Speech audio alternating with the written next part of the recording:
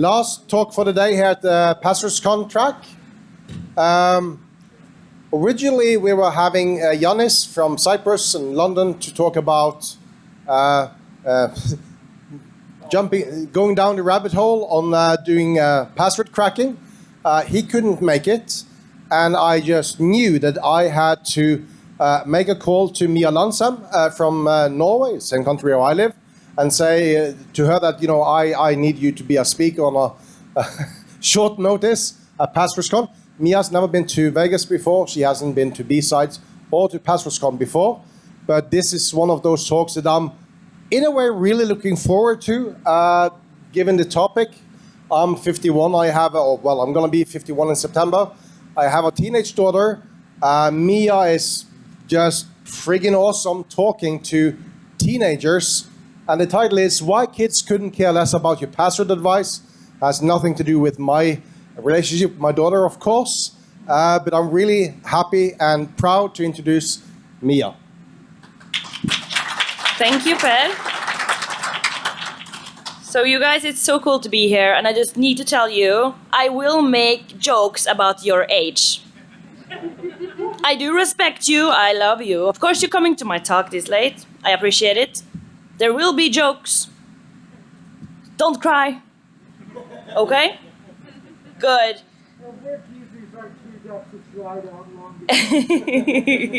So, my name is Mia Hacker Grill Landsem. So, no, it's not Hacker Girl. It's grill, as in a hot grill. Because my gaming name was Gamer Grill, which is a term used for a hot girl gamer, and I was like 15. So I changed it to Hacker Grill because I don't even have a hacker name yet, so I just did it.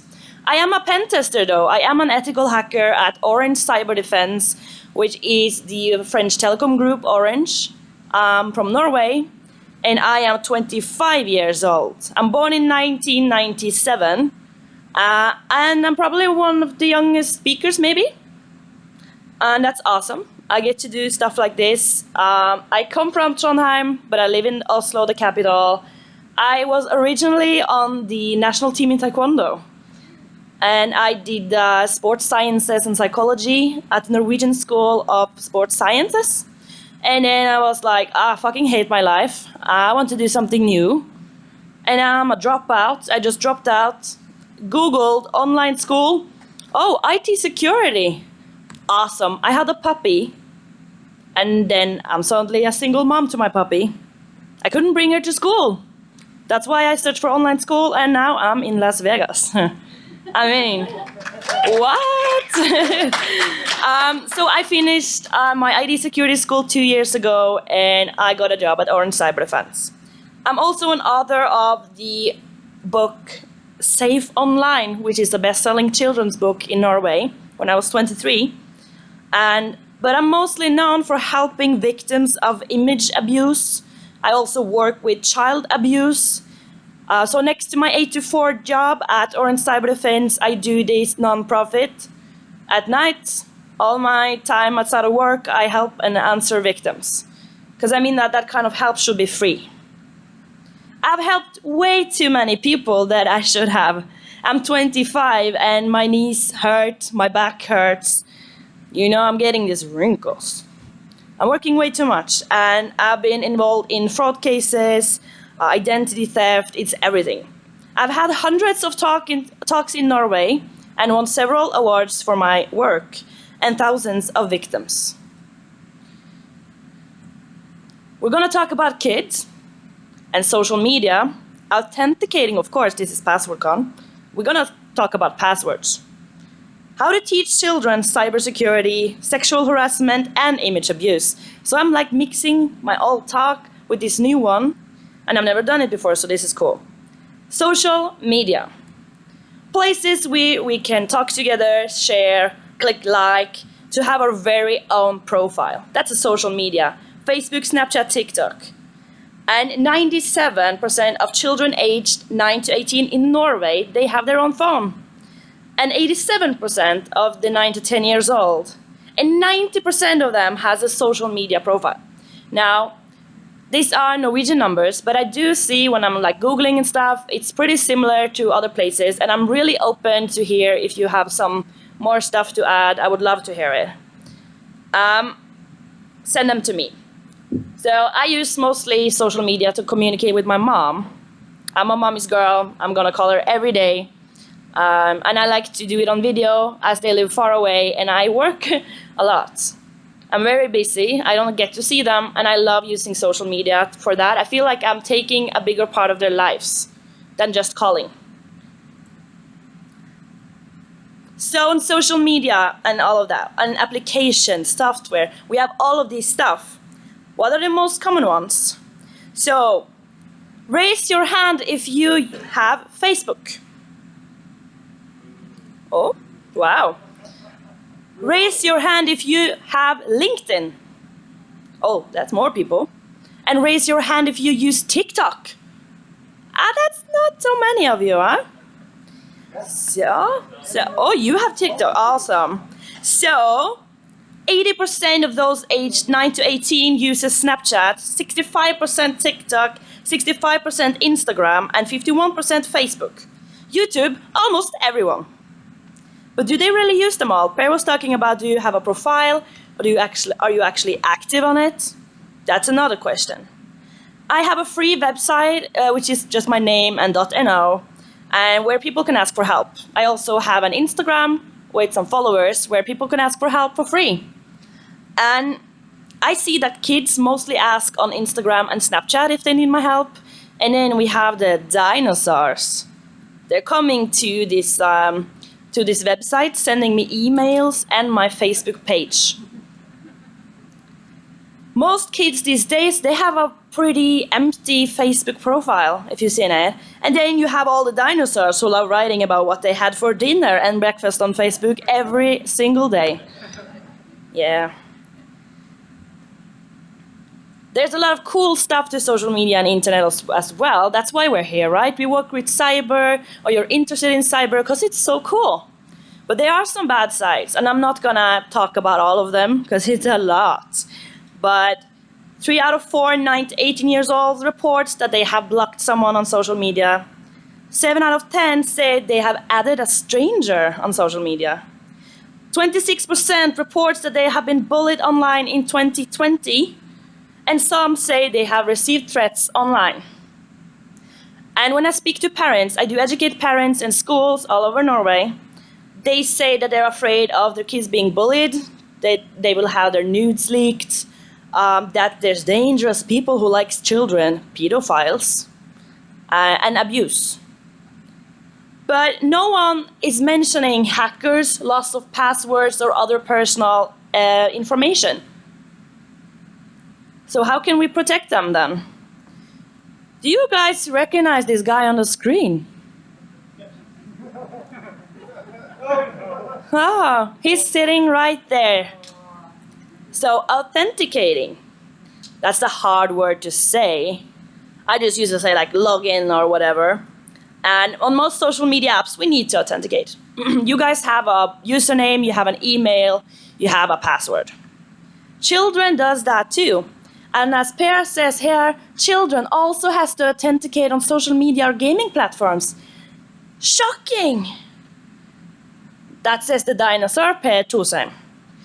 So even dinosaurs knows that children also has to authenticate. They face the same cyber threats every day, just as we do. Even at school, they need to authenticate to use stuff and gaming. And we do say, never share your password with anyone, not even your best friend. Okay? But 24% of these children have shared their password with someone. And here you have these dinosaurs telling the children, don't ever share this.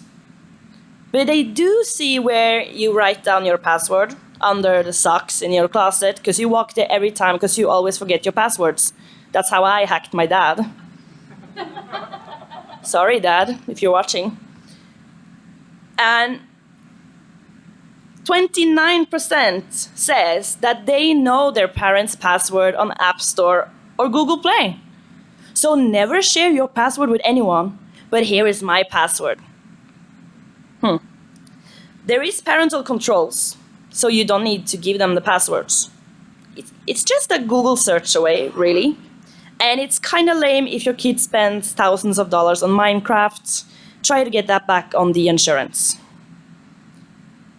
I was told not to drink tequila by my mom. It was a bad idea, she said. Did I do it? Yes, I did. Did it end well? No, it didn't. Welcome to Vegas. Yeah. Mom told, yeah, did you? You see, that's what happens. And did I do it again? Yeah. My mom told me not to steal cookies. I stole them. And I counted the cookies. We will always do what our parents tell us not to do. But that doesn't mean we should that doesn't mean that we don't say, don't do this and that. Because we need to tell them like the rules and how they need to behave. But why do they share their password, even though you say, nah? So, Norwegian numbers from 2020, 31% of those who share the password, that's because they needed help with something. 21% in case they would forget. 7% to prove that I am a good friend. And 59% who shared their password shared it to help out with Snapchat streaks. Yeah, so Snapchat streaks is a bigger deal than you might guess. How it works? After 3 days of snapping, you get these very cool flames. We like flames, you know? And it will start to count the days that you guys have been snapping each other. So after 3 days, you get a flame, super cool, and you want that to go high, high, high. But if you don't snap them for about 24 hours, then the hourglass comes. It's saying that if you don't snap them really soon, you're gonna lose your streak and you have to start all over again. No! That's like losing your World of Warcraft account after 10 years. And you have to start leveling up again. Yes, I did that. That was horrible.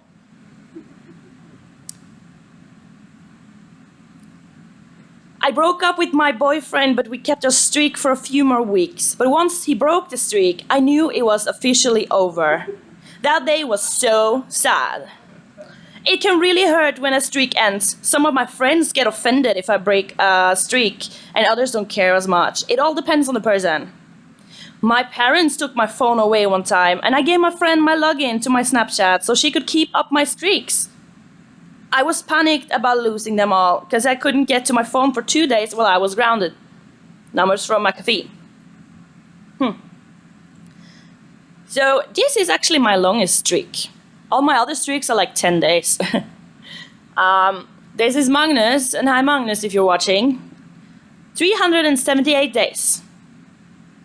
That's a long time, I think. Me and Magnus, we don't really hang out that much. We actually don't really snap each other either. We used to for a while, and we both work in IT, we work a lot. We're not that much on Snapchat, really. So now, for like 100 days, the only things I get from him is streak, streak, streak, once a day. Do not break the streak. And this comes from a person who thinks the streaks is stupid, but I can feel what these children are telling. Because if you have a streak over 300 days, you know, you want to continue. If you win at gambling, you take $1,000, you get 10,000 back. Of course you want to gamble more. And also, I remember when I had a boyfriend and the streak was gone, that reminded me, this is the first time in 1 year that we have not spoken for a day. And that is pretty sad, actually. So what can we do about this? We need to be a good influence or a good role models ourselves. So, dear Dino, make sure you know what the kids do, but also yourself. Like saying, not share your password, don't bully people, but then you're in the Facebook comments calling other girls fat, or saying, that's stupid, I had salmon for lunch today, because you don't care about the news. Children, they do learn this stuff from somewhere. School needs to implement better first passwords. So some schools still uses the last name and the year born of their students. I remember mine quite well. LanMe97. I'm born in 97. Last name is Landsem. Do you think I guessed the password to the other students? Hell yeah, I did. Did I do something bad? Yes, I did, and I'm sorry if you're watching. They also use easily guessed passwords. And I want them to use some sort of password managers or two-step security. There's a million functions to these password managers, and that's a million functions also that is never even used. Does the password manager people check what their users are actually using and not? Why do we need all these functions? What do I click? What is a vault? What is this? I don't know. Even I'm even confused. Can we just make it really, really, really easy? So hey there, password manager people, make easy ones for kids. And not so expensive ones to the school, because not all schools actually have the money to use stuff like this. And that's why they have IT people creating LanMe97. Why do they share password with someone else to get help? It's very embarrassing to ask your parents for help. Even I am like now, if I need to ask my mom how to like wash my clothing or something, I like, Mom, what do I do with this shirt again? They think that the parents know nothing about security and computers. Even if you work in IT, doesn't mean that they will ask you. Because they're maybe even afraid that you will make them feel stupid. Or that you talk too much. Or you're talking too dinosaur or too nerdy for them to even understand. If they won't come to you for help, make sure they know where to get help. Look at the other dinosaurs around them. You have the T-Rex, you have all these other dinosaurs around them. Talk to them and make sure they know you can contact this T-Rex instead of me if you want to. It's important that they know where to ask for help. If this happens, where do they go? You are not their only dinosaur in their lives. And also, why does kids not know about two-step authentication? So maybe someone here noticed how I wrote two-step authentication, but more up here I did two-step security. Whoops, or maybe not. Why is these words not standardized?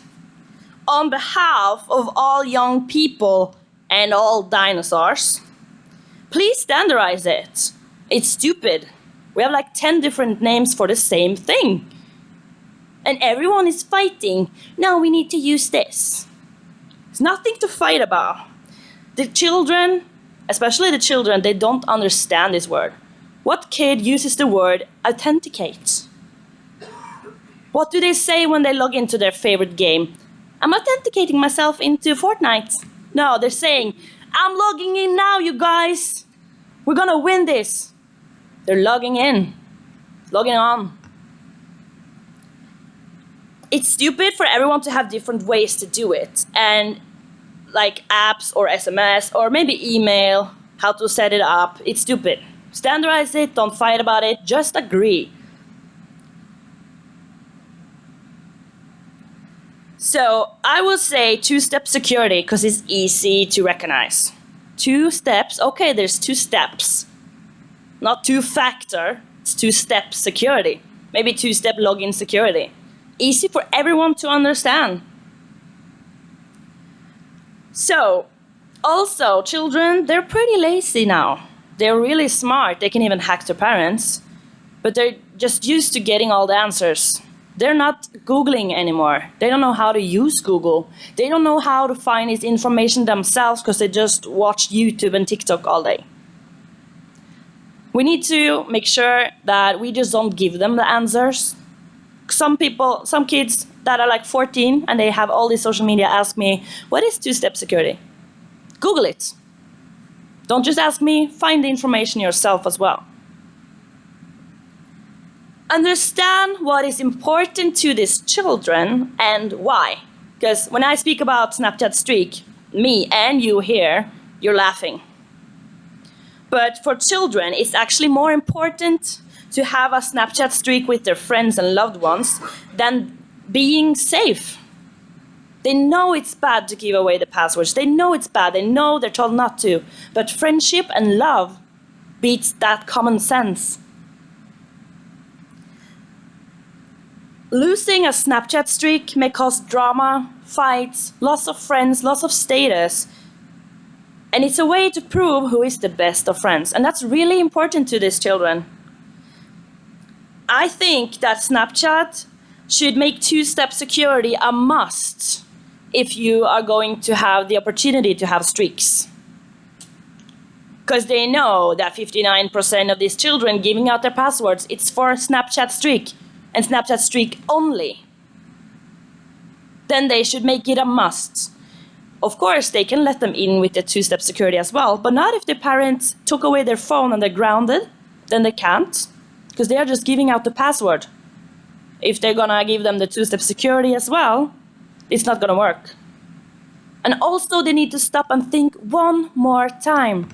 Children, especially young ones, they can't really stop and think 2 and 3 times. It doesn't work that way. And also, I don't like children using money. But you have kids here, they use all the money on Minecraft and Fortnite, all the skins and all of that. So maybe Snapchat could have like a packet that you can buy. If you're going away, you're losing your phone, whatever, pay $1 and you won't lose your streak for 5 days. It's easy money for them, it's not too expensive, and it shouldn't take much time to get that. Also, maybe parents can try to understand how important the streaks are. You're taking away their phone, which is a punishment I do not support at all, because it just means they're scared to do stupid shit, because they're gonna lose their games and friends. That's horrible. They should know that if they did something bad, then you should have a talk with them. Don't just take their phone. Tell them and show them, why was this comment you said on someone's picture wrong? You don't have to take away anything. And if you do, Snapchat streak, let them log in once a day and fix the streak. I'd rather do that, which I think is stupid and not necessary at all, but it's not stupid for them. Gaming. I believe that a lot of IT people, they're into IT because of gaming.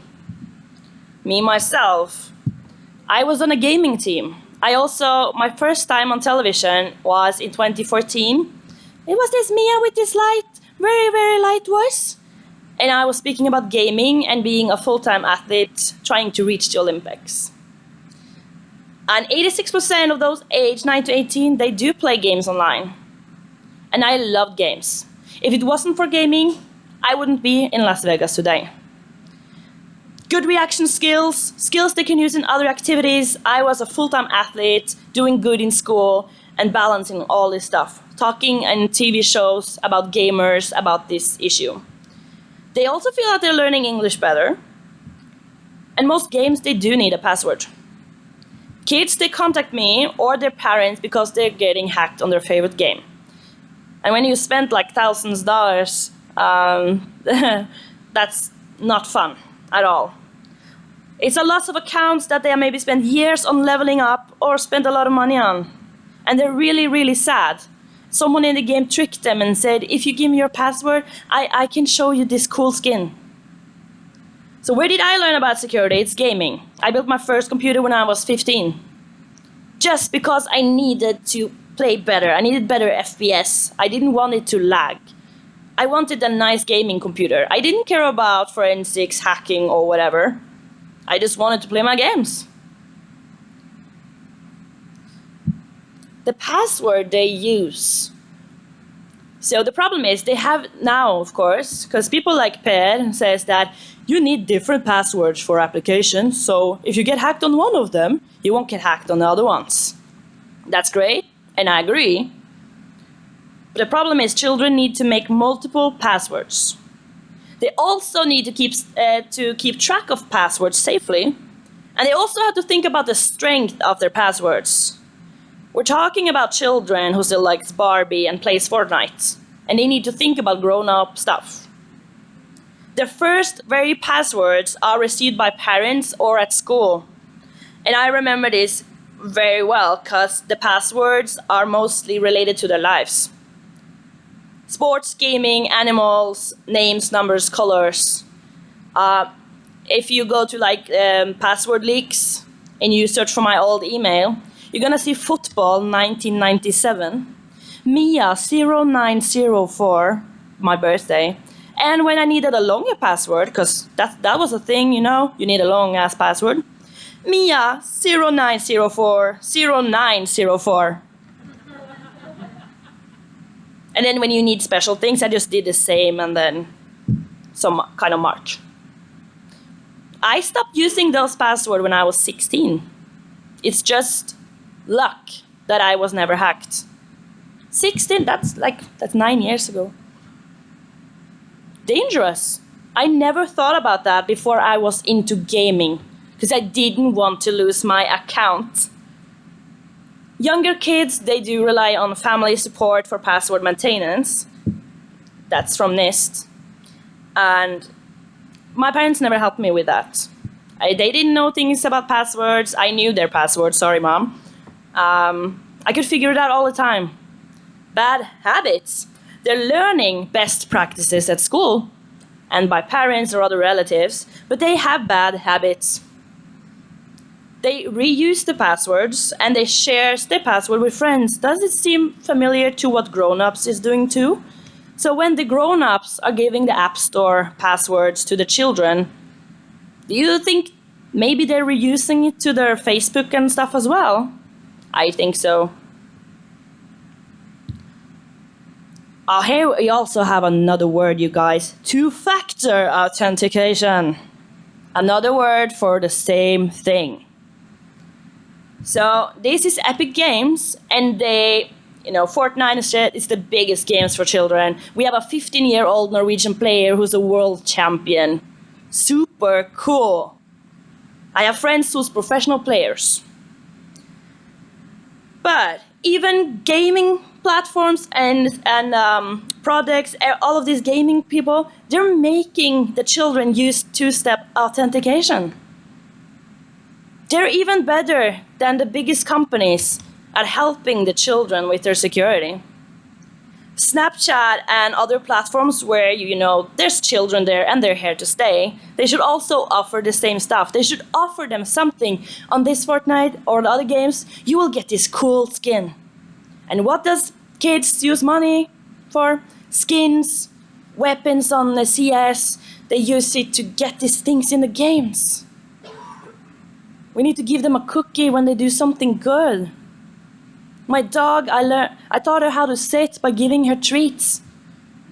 We're run by rewards as humans as well. We are scared of police officers, but when you don't see them, you're gonna speed anyway with your car.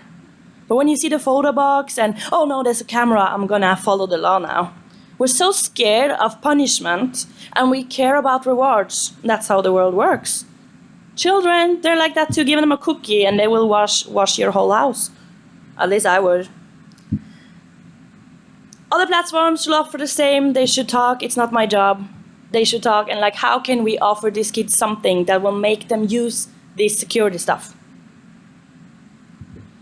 We need to realize that children are here to stay and the bad habits that they have as children that will follow them for the rest of their lives. And for you dinosaurs here, some of you maybe you own a company, you're a leader, you're gonna be in your company for a long time. It's not just your problem because it might be one of your children getting hacked. It's your problem because you're the one who's gonna hire these children in 10 to 15 years. It's gonna backfire. That one kid that maybe gets their password leaked on Snapchat might be the new CEO of Snapchat. I also recommend you to go to Cecilia's talk tomorrow. I think it was 10:30, yeah. And she's gonna speak more about this on short notice as well. As a Norwegian woman, we're at short notice. It's really cool. And she's gonna speak more about that.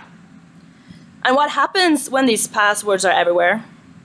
So here comes my specialty, naked photos. The queen of the nudes, yeah? Naked online, sexual harassment and image abuse. Because there's a lot of things that can happen if you share your password with your friend and now they can see your Snapchat memories.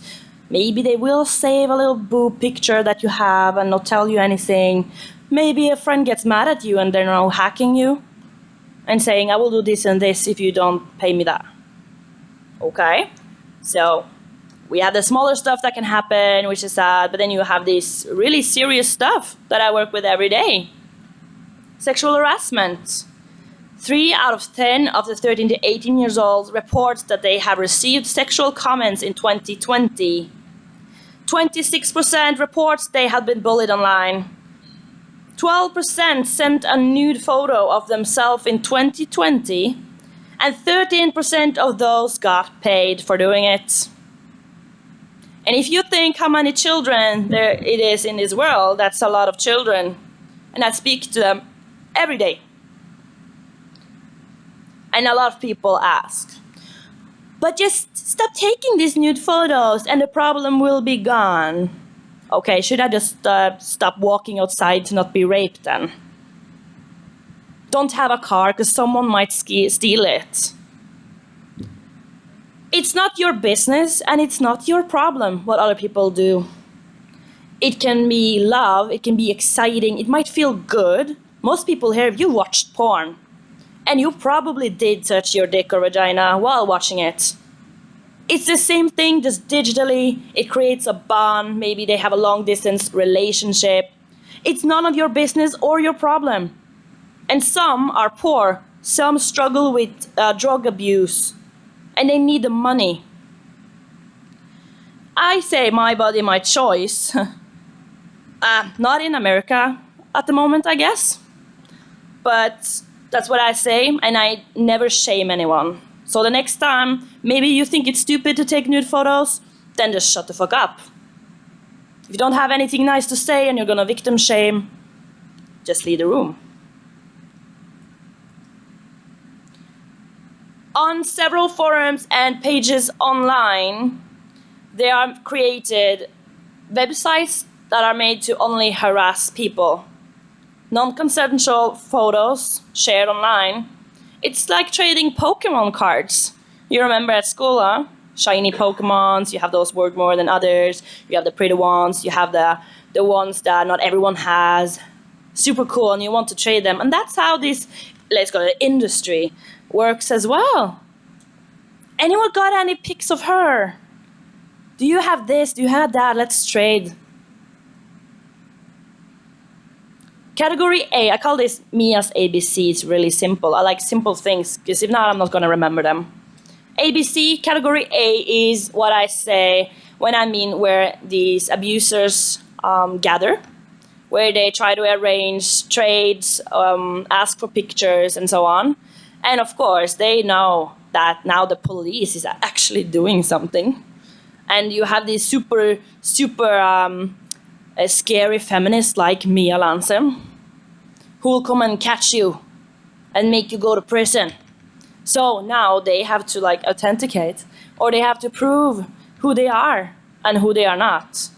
So you gather here, you say, yeah, I want to trade. Okay, but you need to prove to me that you are not the police.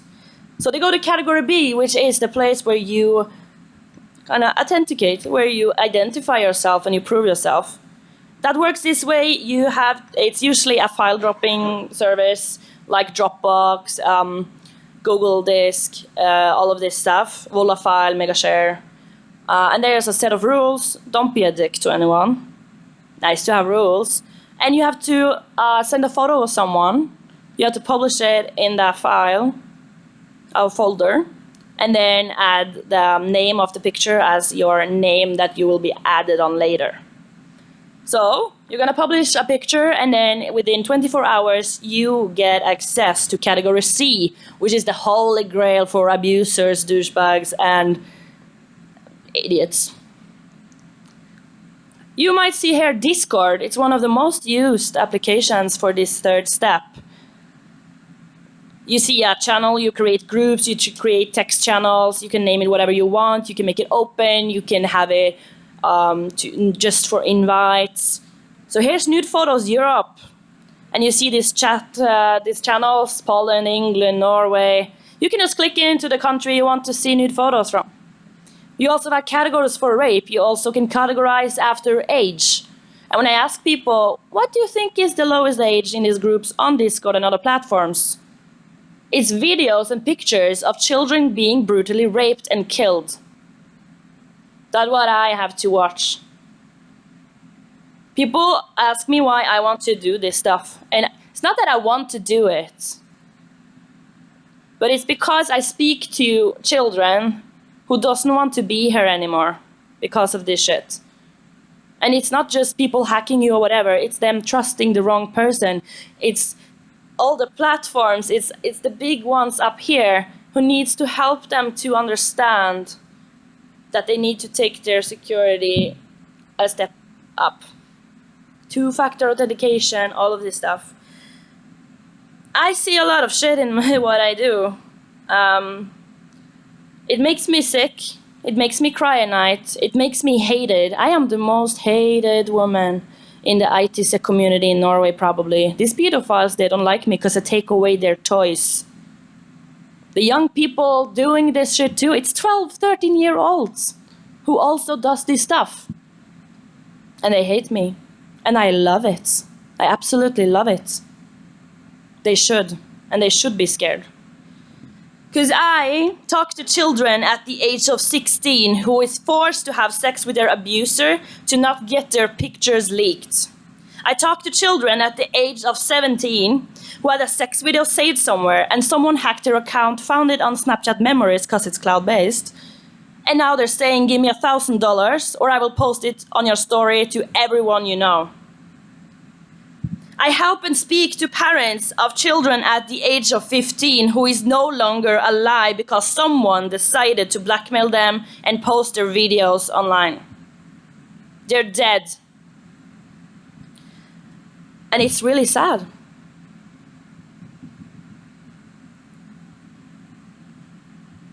Children, they're on social media.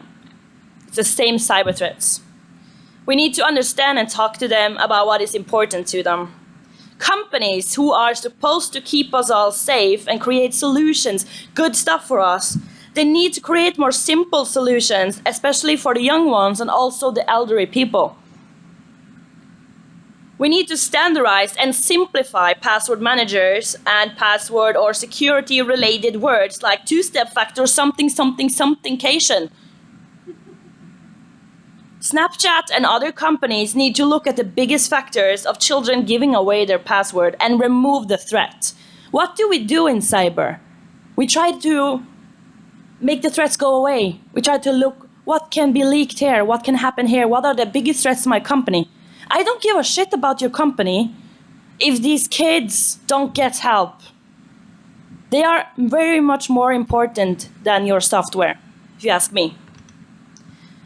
Is a stupid streak to make people use your application more important than children's safety, health, and their lives?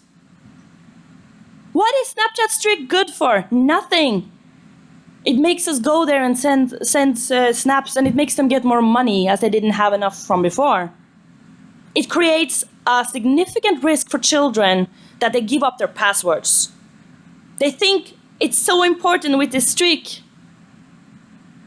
And as I usually say, if these companies and the people who are leading them thinks that the streak and other not important stuff is more important than the risk they're facing, please meet me at the children's graves and say it to my face.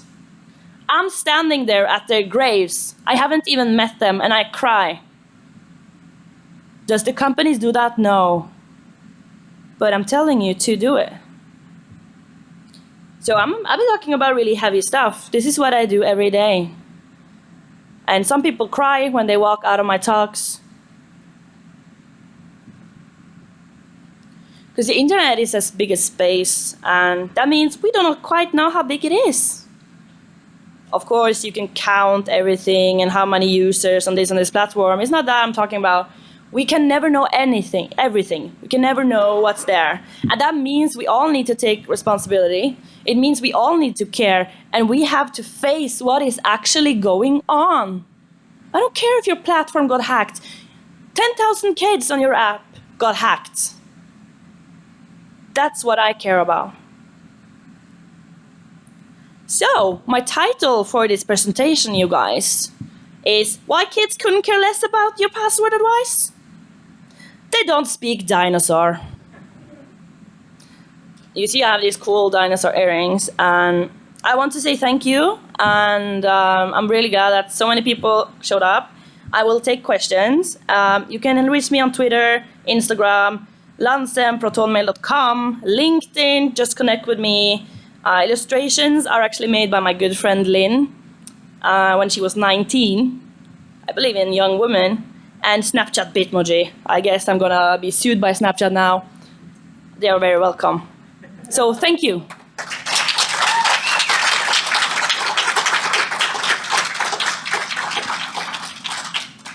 Jeff, do you remember what we did on stage in Stockholm several years ago? Yes. Could you help me? Yeah, okay. Yeah, I think we need to do that.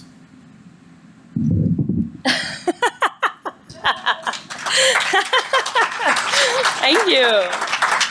This is nice. Awesome. Questions for Mia?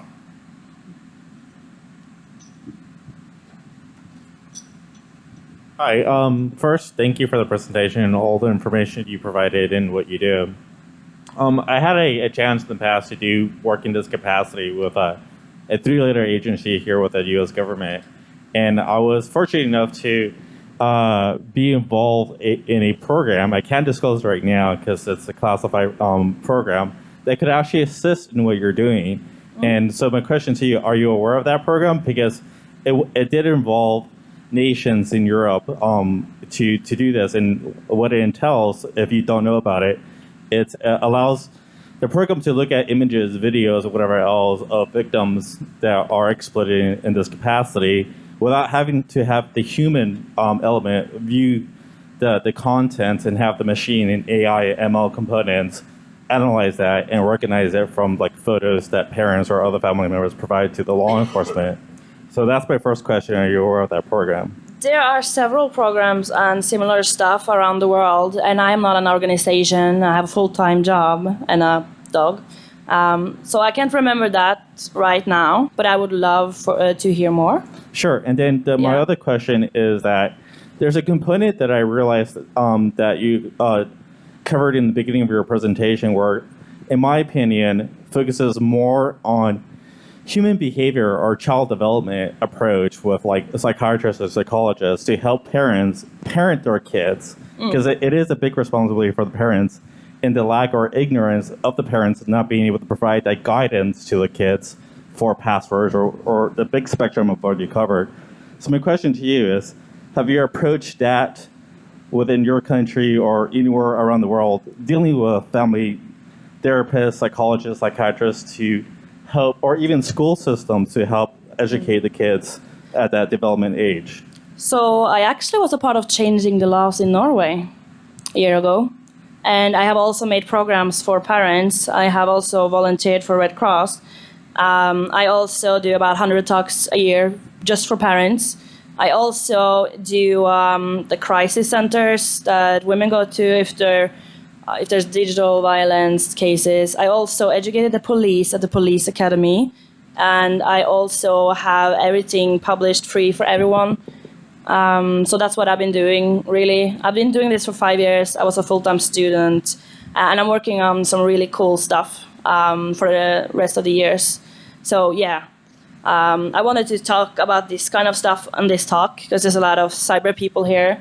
But I do talk a lot to the grown-ups and teachers at school because these children, they're being taught this in school now, in kindergarten.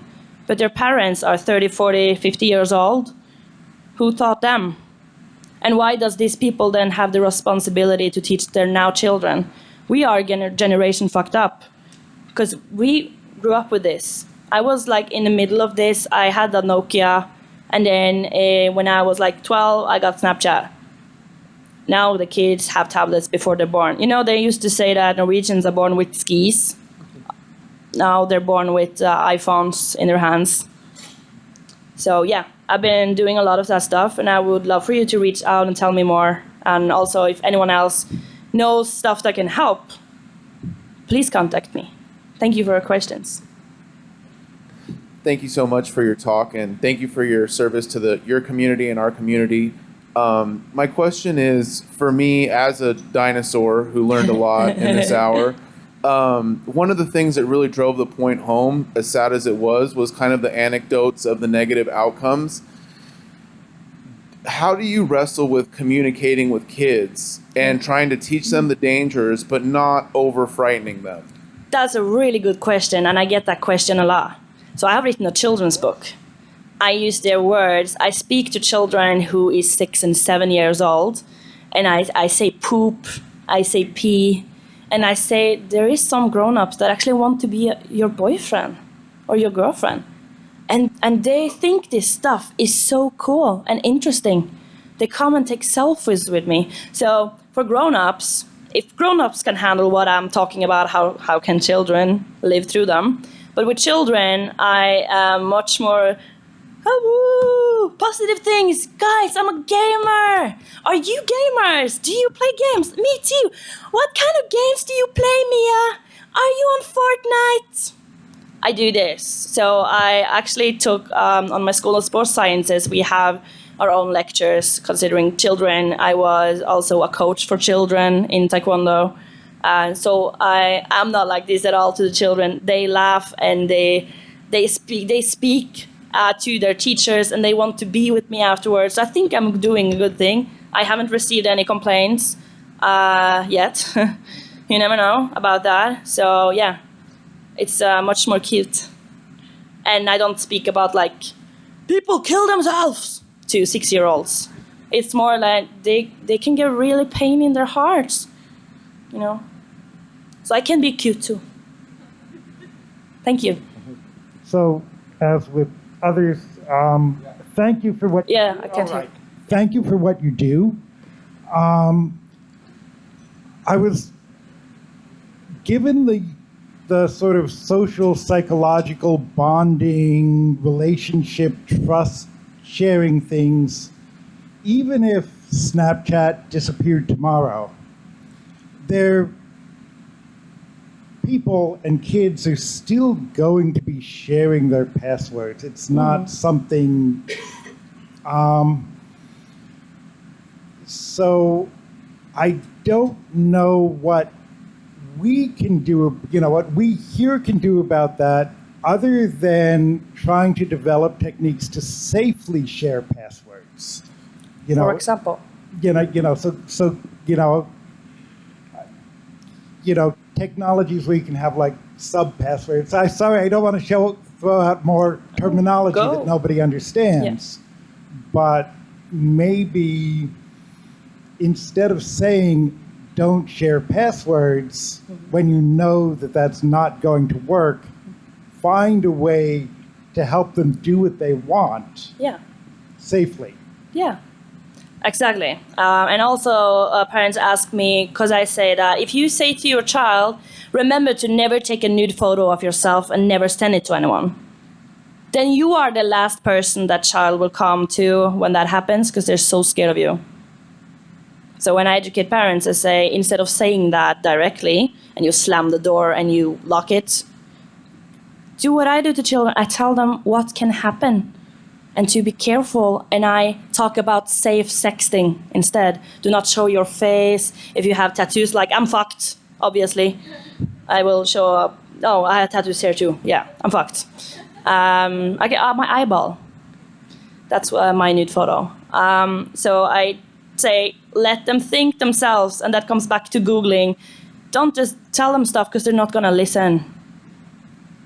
Show them the consequences. We actually made 2 TV shows in Norway where I looked through everything, the transcript, everything. One for the younger ones and one for the older ones, who showed stories and who helped the victims and didn't shame anyone. And people were so shocked They won awards for these TV shows, and I tell parents to show their kids this, and it creates a perfect opportunity to talk about it. So after seeing this, do you know if anyone in your class had their photos leaked? That's a better way than just, have you shared your naked photo? So I actually tell that to parents as well, and I totally agree with what you're saying as well. But also I think that if I can make just one kid think twice by adding a must for two-step login, then it's worth it, because that kid might be dead now. And I have spoken to dead children. That sounded weird. But I've been talking to them, and the next time I get a message is the parent saying, thank you for trying to help our child. So if I can just save one child by adding two-factor, and that company spends a bit more of their very nice party money on saving that one child, that's the only thing I care about. I don't care if it goes from 59% because of Snapchat streak to 58%, because if you see how many children in the world, that's thousands of children that maybe now still have a life. Absolutely amazing talk. I'm so happy Thank that I you. invited Mia to come to Vegas. Thank you so much. And I just got to say, I went shopping with Mia and with Cecilia here as well 2 days ago. And I saw some stuff from Stranger Things show, and I called my daughter back home and hi, Dad is in Vegas. You want me to buy you a really cool Stranger Things t-shirt? And it's like, nope. Can you get me some cool hip-hop clothing? And I was like, fuck. Mia! And, Found her a nice I was lucky sweater. she was there, and I used a couple of dollars, and my kid will be happy. Thank you Yeah. again, Mia. Thank you. Now, that was the last talk for today. We got to get out of the room now, but Mia will also be here tomorrow, of course, and will stay here until Sunday. So you will also see her around at DEF CON. So come up and say hi or talk to her outside as well. Thank And you I for do today. speak dinosaur. See you tomorrow. I practiced. Yeah.